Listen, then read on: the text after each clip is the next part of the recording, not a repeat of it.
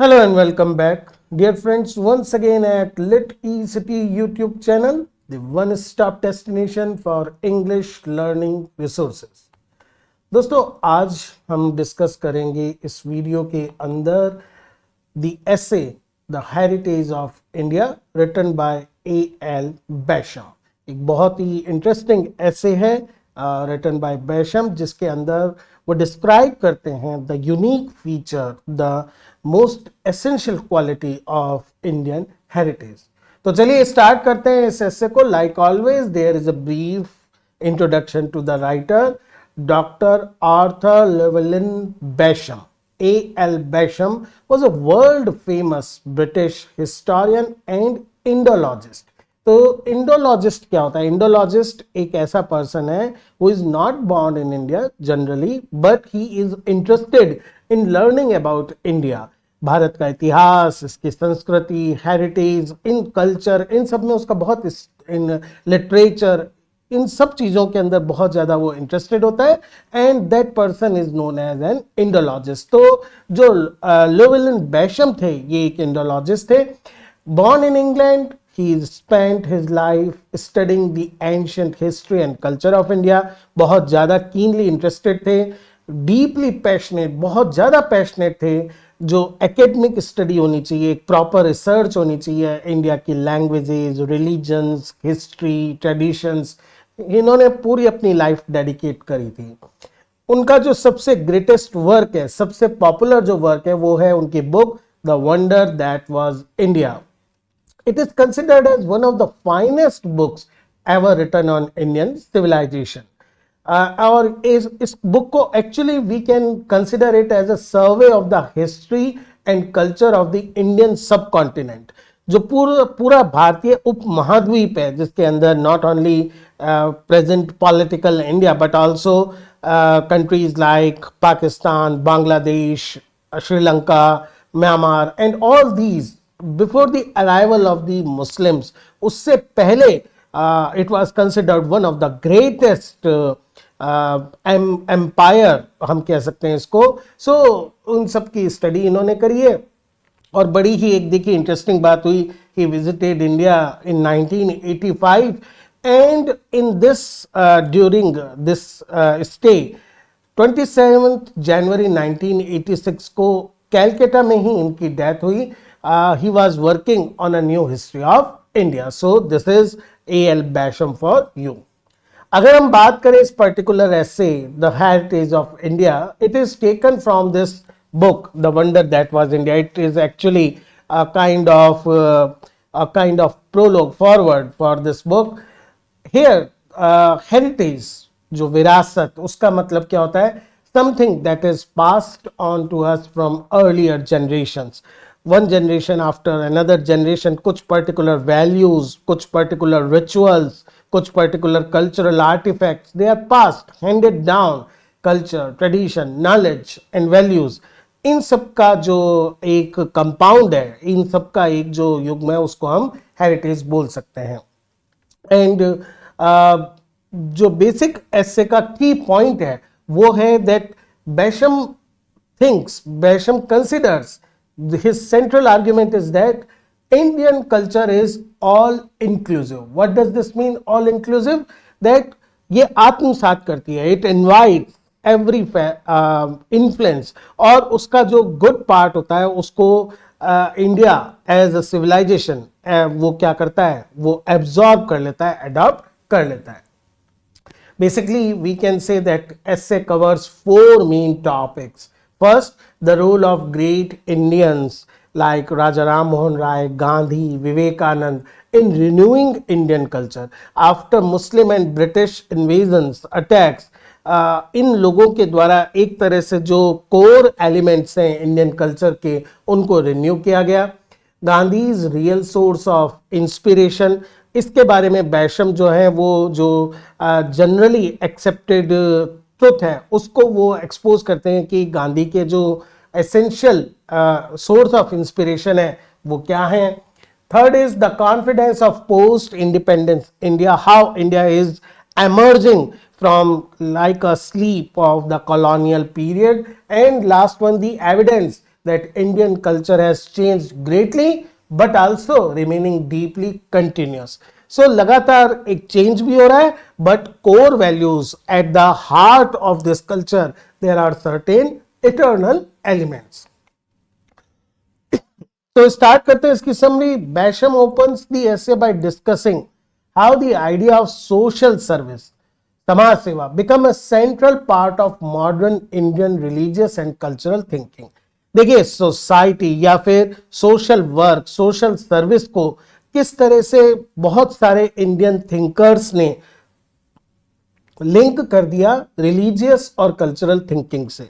मतलब अगर आप कोई रिलीजियस एक्ट कर रहे हो तो it is not just a religious act और रिलीजियस रिचुअल और duty, it is also serving another purpose. ये एक दूसरा उद्देश्य भी पूरा कर रहा है, that is serving the needy. जो समाज के जरूरतमंद लोग हैं उनकी सेवा करना. We can find it in all aspects of our religion. The essay traces this idea through three great Indians. First is one who is considered as the pioneer in this field, Raja Ram Mohan Rai. He was actually the first to raise the theme कि किस तरह से हम हमारी संस्कृति, culture and religion को use कर सकते हैं upliftment of the backward portions of the society. Passionately advocated for social reform, समाज सुधार की उन्होंने बहुत ज्यादा एडवोकेट करी 19th सेंचुरी इंडिया में. Like fighting against evils like sati system and child marriage, caste discrimination, इन सब के अगेंस्ट उन्होंने अपनी आवाज उठाई. Second great personality in this field is Swami Vivekananda. He repeated this theme and उन्होंने इसको एक फ्लेवर दिया नेशनलिस्टिक, राष्ट्रवादी, that how we can serve our nation, our great nation by doing social service. He declared that the highest form of the service to the great mother, that is Bharat Maa. Bharat माँ की सच्ची सेवा या सबसे जो बड़ी सेवा है, उसका जो की कंपोनेंट है, सबसे इंपॉर्टेंट पार्ट है, वो क्या है? सोशल सर्विस, समाज सेवा.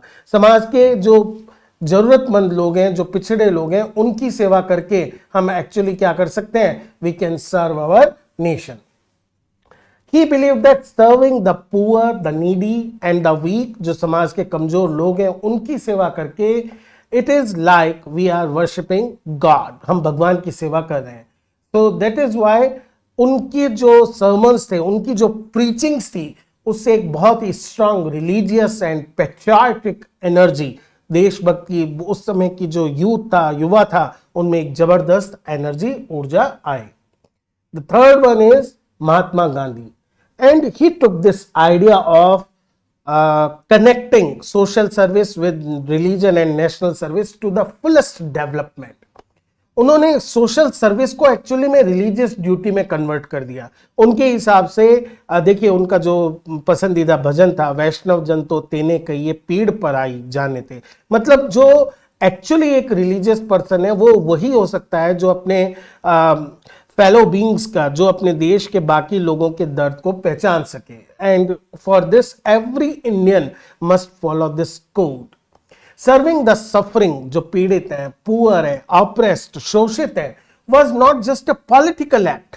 ये कोई एक हमारा राजनीतिक कृत्य नहीं, इट इज स्पिरिचुअल ऑब्लिगेशन, हमारी एक रिलीजियस, धार्मिक और आध्यात्मिक कर्तव्य है, that we must work for the upliftment of the poor and oppressed classes.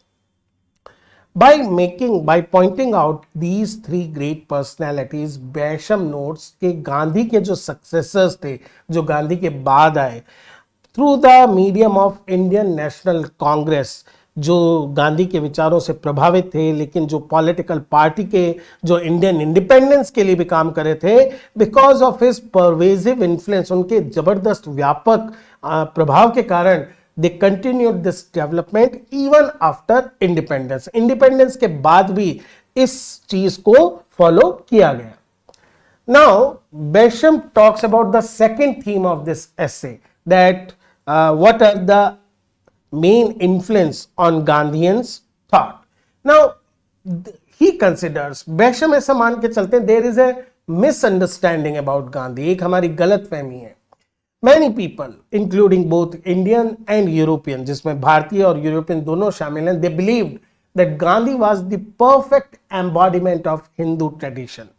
Gandhi अपने आचार, अपने व्यवहार, अपनी वेशभूषा, इन सब चीजों के अंदर भारतीय परंपरा के, सनातन परंपरा के परफेक्ट एम्बॉडीमेंट है, श्रेष्ठ एग्जाम्पल है. बट बैशम स्ट्रांगली डिसअग्रीज, वो सहमत नहीं है विद दिस व्यू, एंड उनके according it is a false judgement. Basham का इस मामले में आर्ग्यूमेंट किए हैं Gandhi was actually deeply influenced by western ideas more than by classical Hindu thinking. बड़ा ही एक पैराडॉक्सिकल, बड़ा ही एक ऐसा वो ओपिनियन रखते हैं, ऐसा पॉइंट रखते हैं जिस पर बहुत कम लोग सहमत होना चाहेंगे. उनके अकॉर्डिंग गांधी की जो सोर्स ऑफ इंस्पिरेशन था वो बेसिकली इंडियन ट्रेडिशन या इंडियन रिलीजन नहीं बल्कि वेस्टर्न आइडियाज थे. तो वो बताते हैं कि किस तरह से जो की प्रिंसिपल्स हैं जिनको गांधी फॉलो करते थे वो उन्होंने वेस्ट से लिए हैं. पहले वो बात करते हैं नॉन वायलेंस या अहिंसा की. जो गांधी का फेथ है, सभी जब जाहिर वर्ल्ड फेमस उनका जो ओपिनियन है नॉन वायलेंस को लेकर, वो according to Basham was not Hindu, not typical Hindu. इस फ्रीडम मूवमेंट के अंदर जो गांधी से पूर्ववर्ती रहे, उनके प्रेडेसेसर्स रहे, लाइक बाल गंगाधर तिलक, सुभाष चंद्र बोस, जो उनके कंटेम्परेरी थे, वो हिंदू थिंकिंग के अंदर ऑर्थोडॉक्स हैं. वो कहीं ज्यादा भारतीय परंपरा को मानते हैं और इस कारण उनका जो रेजिस्टेंस है कॉलोनियल रूल के प्रति, उनकी जो प्रतिरोध है वो अग्रेसिव है, वो ज्यादा आक्रामक है. दे वांट टू रिटेलिएट, वो बदला लेना चाहते हैं, चाहे इसके लिए वायलेंट मींस को फॉलो करना पड़े. और अकॉर्डिंग टू बैशम ये लोग निश्चित रूप से ज्यादा टिपिकल हिंदू थिंकिंग रखते हैं. गांधी की जो नॉन वायलेंस की सोच है, जो उनके आइडियाज हैं, जो उनका पैसिफिज्म है, वो क्रिश्चियन का famous sermon on the mount, जिसके अंदर Jesus Christ famously says that non violence या फिर लव दाई नेबर का जो कॉन्सेप्ट है कि आप अपने दुश्मन से भी प्यार करो. And second is Russian writer Leo Tolstoy. इनका जो प्रभाव है, इन्फ्लुएंस है गांधी पर कहीं ज्यादा है. सिमिलरली विमेन्स राइट को लेकर जो गांधी का स्ट्रॉन्ग चैंपियनिंग सपोर्ट है, विमेन इक्वालिटी को लेकर और राइट्स को लेकर, वो भी वेस्टर्न इन्फ्लुएंस से आया है, क्योंकि अकॉर्डिंग टू बैशम इंडियन ट्रेडिशन के अंदर ये इंपॉर्टेंस विमेन को नहीं दी जाती. लव ऑफ द अंडरडॉग, जो ऑप्रेस्ड के लिए, पुअर के लिए, जो मार्जिनलाइज क्लास के लिए गांधी का पैशनेट सिंपैथी है लोअर कास्ट के लिए, वो भी क्या है, एंशिएंट इंडिया के अकॉर्डिंग जो उसकी फिलॉसफी है 4 वर्ड्स की, डिवीजन ऑफ कास्ट की, उसके अकॉर्डिंग मैच नहीं करती है. It was also shaped by European 19th century liberalism. तो गांधी जी के 3 जो की आइडियाज हैं, non violence, women right and underdog के लिए सपोर्ट, वो तीनों ही इंडियन हेरिटेज या इंडियन ट्रेडिशन के बजाय वेस्टर्न कल्चर से लिए गए. But at the same time Basham makes it clear that Gandhi was not simply a copy of western thinking. उन्होंने ब्लाइंडली इमिटेट नहीं करा इसको. ही believed strongly in the fundamentals of his ancient Indian culture. ये नहीं है इसका मतलब कि गांधी बिलीव नहीं करते थे कोर प्रिंसिपल्स जो इंडियन कल्चर के हैं, या फिर उनको पता नहीं था what is the significance of these values. He notices that in his social role, Gandhi was more of an innovator than a conservative. Conservative का मतलब होता है who as it is follows the tradition. Innovator का मतलब होता है who tries to branch out new ways. जो नया लगातार प्रवर्तक जिसको बोलते हैं वो थे. Even though some felt his social program was too slow, बहुत उनके जो way of चेंजिंग थिंग्स हैं वो बहुत स्लो काम करते हैं. इसी कारण बहुत सारे जो फ्रीडम फाइटर्स थे लाइक तिलक, जिनको हम गरम दल के नेता बोलते हैं, they were not happy, they were not satisfied with the Gandhian ways. But Gandhi succeeded in shifting the whole emphasis of Hindu thought away from the hierarchy of caste and class towards a more popular and egalitarian social order. Gandhi का जो work है it digs deep into the social roots. वो ये चाहते थे कि नजरिया जो है लोगों का, जो सोसाइटी का एज ए होल आउटलुक है, वो हायरार्की ऑफ द कास्ट, जिसके अंदर कुछ जातियां उच्च और कुछ पिछड़ी मानी जाती हैं, वो हायरार्की कास्ट और क्लास की खत्म हो जाए और उसकी बजाय इक्विलिटेरियन, एक समतावादी, एक सब में जिसमें समान भाव हो, वो रह सके। तो गांधी और नेशनल कांग्रेस ने न्यू ओरिएंटेशन, एक नया लुक दिया इस चीज के लिए। तो Basham now moves to the third part of the essay, situation of India after independence। स्वतंत्रता के बाद एक जो न्यू कंट्री एमर्ज हो रहा था, there was lot of struggle, pressure, that in the years after 1947 there are very few Indians, whatever their religion or creed, ऐसे भारतीय जिनका चाहे कोई भी धर्म हो, क्रीड हो, who do not look back with pride on their ancient culture। कहने का मतलब है देयर इज अ रिसर्जेंस, मानो उभार एक वापस से आया हो अपनी महान संस्कृति की तरफ देखने का। ऐसे बहुत कम भारतीय होंगे, भले वो हिंदू हो, भले बौद्ध हो, जैन हो, सिख हो, मुस्लिम हो, जो पलटकर भारत के इतिहास की तरफ गौरवमयी नजरों से नहीं देखते हो। We are very proud of our ancient culture. But at the same time, Basham notes there are also few intelligent Indians who are not willing to sacrifice some of old culture's effete elements। effete का मतलब होता है कमजोर। हर culture में देखिए कुछ अच्छे strong elements होते हैं जो शेप करते हैं, but at the same time some negative, some effete elements भी होते हैं। The parts that are old, useless, outdated, harmful, so that India can develop and progress। ये जो लोग हैं, जो ऑर्थोडॉक्स इंडियंस हैं, they do not want to change even those old ways। उन पुराने तौर तरीकों को भी नहीं बदलना चाहते हैं जो तरीके भारत के लिए नुकसानदायक हो सकते हैं, जो भारत की प्रोग्रेस के अंदर ऑब्स्टेकल या बाधा का काम करते हैं। India faces great political and economic changes after independence, that is very much clear। बिल्कुल एक न्यू बॉर्न इंडिपेंडेंट स्टेट है। No one can predict her future with certainty कि इतना बड़ा नेशन किस तरह से अपने आप को अपहेल करेगा, but he makes a confident prediction.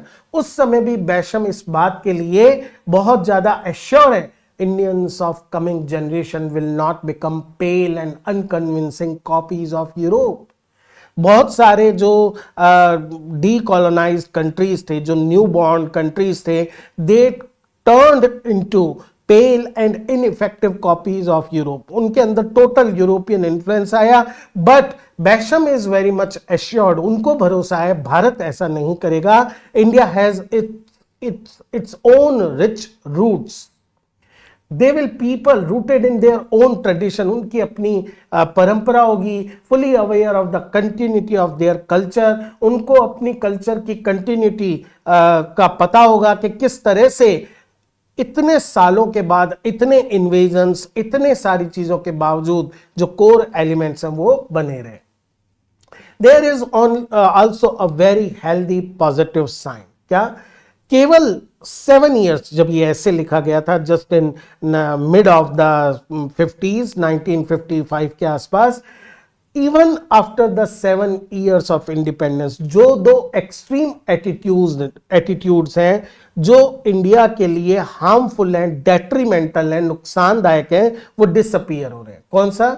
First was national self डेनिग्रेशन।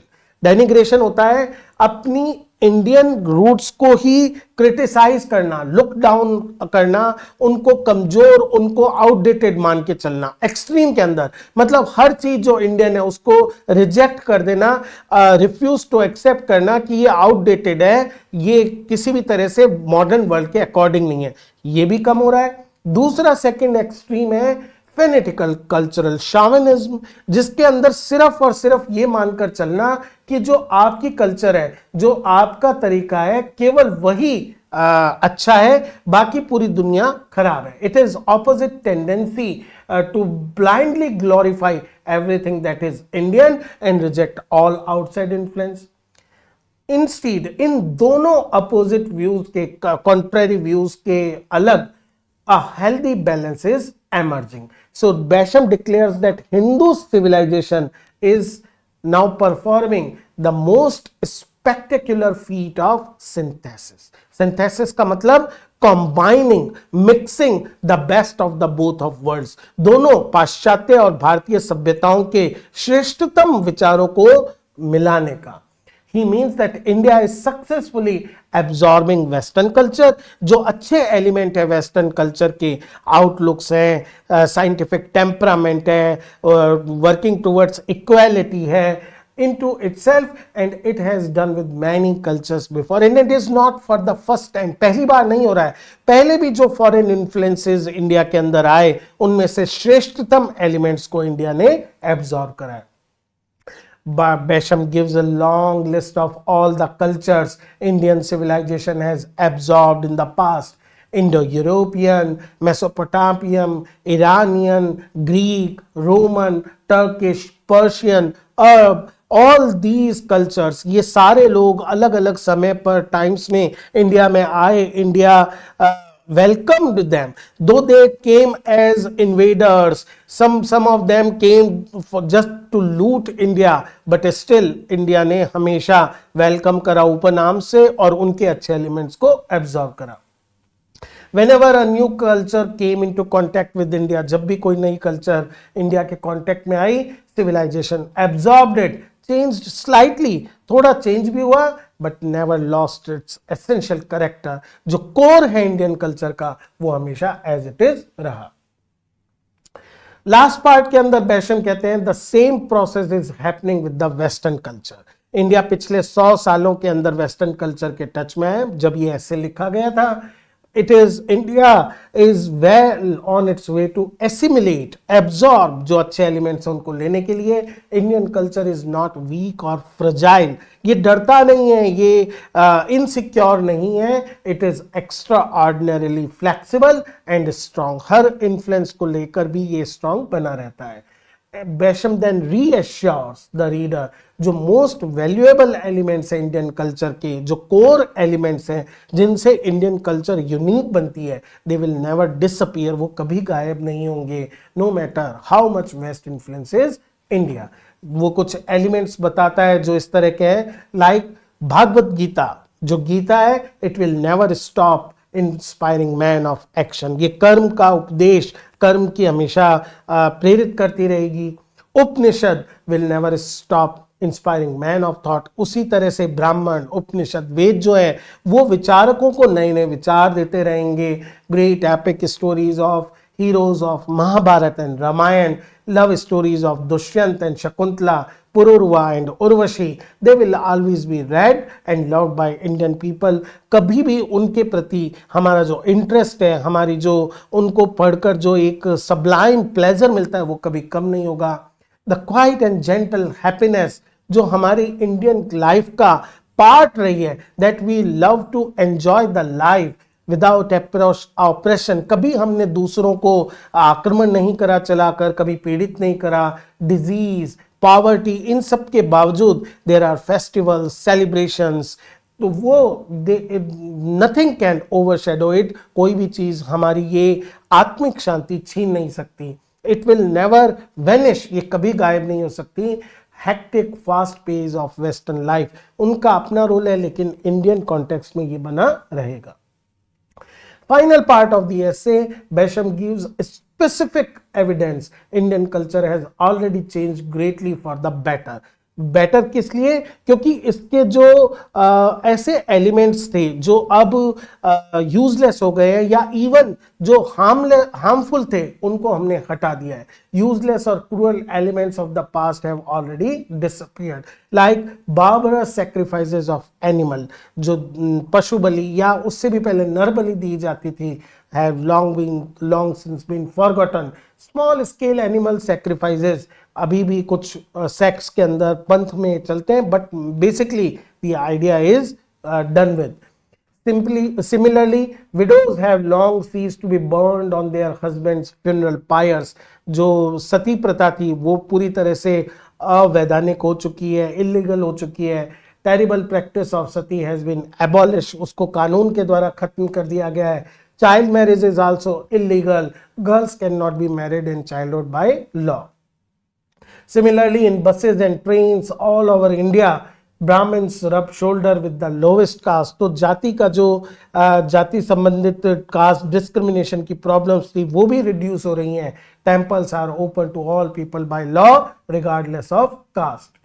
Caste system is also vanishing. Process began long ago.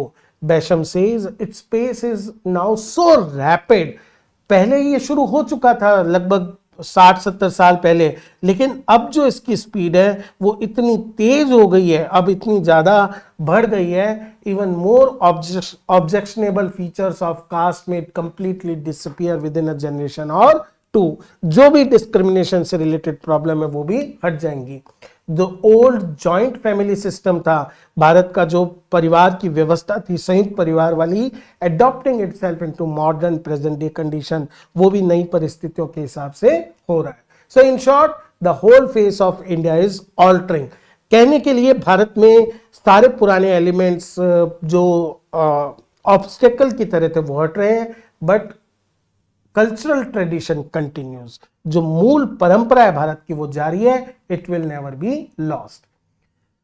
तो दोस्तों हम कह सकते हैं सेंट्रल थीम जो इस एसे की है, Indian civilisation is uniquely all inclusive and synthetic. ये सभी को इंक्लूड करती है और मिश्रण बनाती है. सर्वाइव थाउजेंड ऑफ ईयर्स, हजारों साल से बनी हुई है. नॉट बाय बीइंग रिजिड और क्लोज्ड, अपने आप को इसने कभी भी बहुत ही रिजिड ऑर्थोडॉक्स नहीं बनाया, but by being open and flexible, and it is capable of absorbing outside influence. बाहरी इन्फ्लुएंसेस को ये एब्जॉर्ब करती है, प्रिजर्विंग इट्स एसेंशियल आइडेंटिटी, और अपनी पहचान बनाए रखती है. Basham tells assures the reader, Indian readers को बताना चाहता है, India will not blindly copy the west, nor it will cling blindly to the every outdated part of the past. ना तो ये blindly कॉपी करेगी वेस्ट को, ना ही पूरी तरह से पास्ट को क्लिंग करके रखेगी. It will do what it has always done, जो ये हमेशा से करती आई है. क्या? Absorb, adopt, adapt and continue. ये 3 फीचर इंडियन कल्चर के बने रहेंगे. तो दोस्तों ये था आज का essay. I hope you got the key the gist of this essay. I was able to explain the key points of this essay. Very soon we will come with another important part of your syllabus. Till then, keep watching, keep supporting. Thank you, friends.